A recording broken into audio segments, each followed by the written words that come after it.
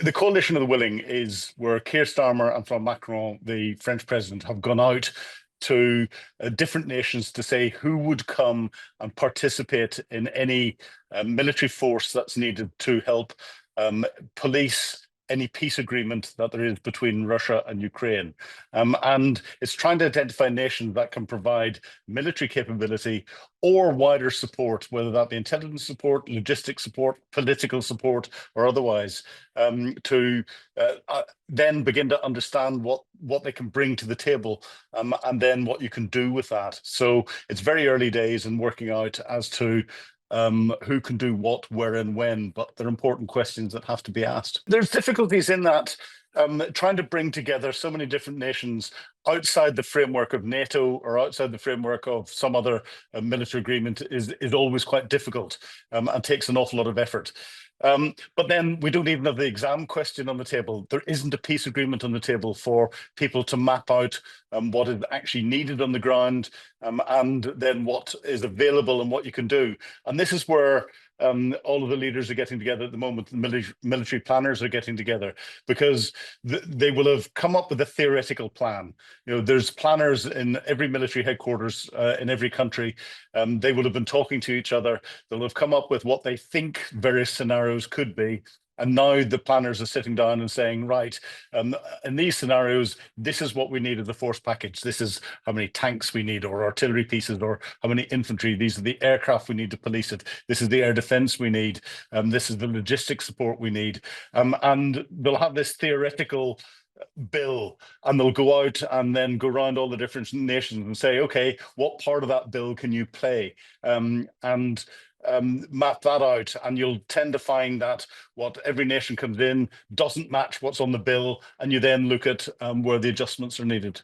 Well, that's the $6 trillion question, because that's probably how much it's going to cost for the length of time that's going on. We really don't know, because there isn't a peace plan on the table. So we'll be looking at planning everything from having a presence in Ukraine, and a presence in Ukraine that could be at Ukraine's invitation, where they can say to one country or multiple countries, please, can you come in and help us in the country? That's a bilateral agreement. You don't need a peace agreement to do that. That could happen today. Countries don't want to do it because Ukraine is fighting the Russians, and it could draw those countries into a conflict. They would do that if there's a peace agreement. But as part of the peace agreement, that peace agreement will have to stipulate how that peace is going to be policed, and policed in a neutral way, so that if there are any violations, it's not the Ukrainians saying the Russians did this or the Russians saying the Ukrainians did that. There's a neutral organization that can go in and deal with it. And that will be part of, you know, any deal that is put on the table. And that's where the force packages are. But if you're going in to police a peace agreement, that's your peace monitoring.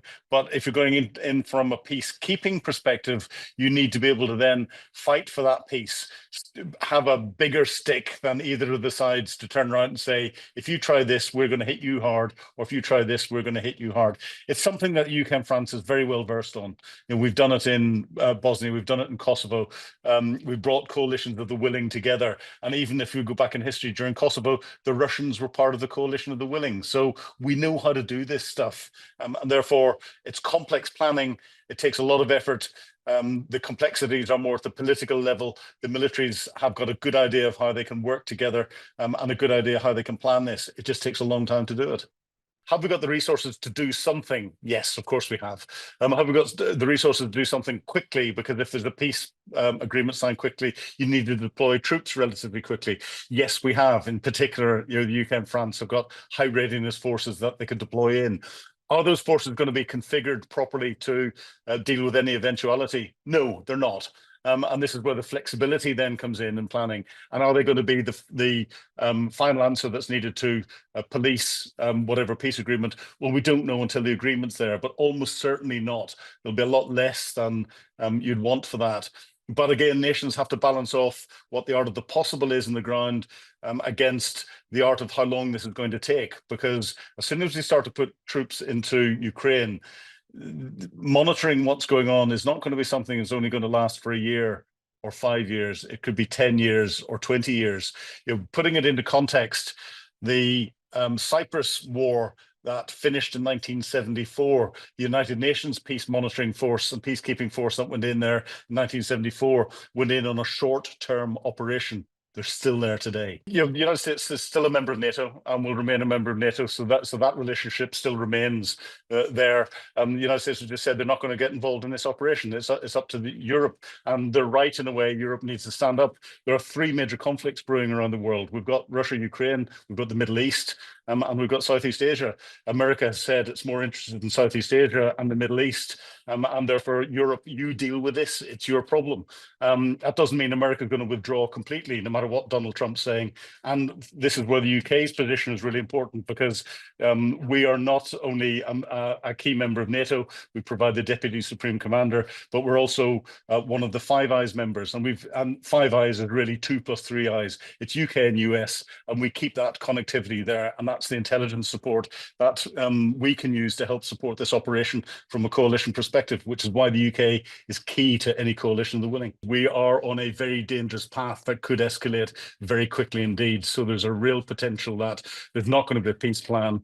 America is going to withdraw support completely. This could escalate into a larger war, and that's being recognised, I think, by European nations, where Germany has changed its constitution to increase the amount of money that it can borrow to spend on defence, and we're seeing the 150 billion euro defence fund for countries and companies to take loans from, and elsewhere. We are living in very, very dangerous times.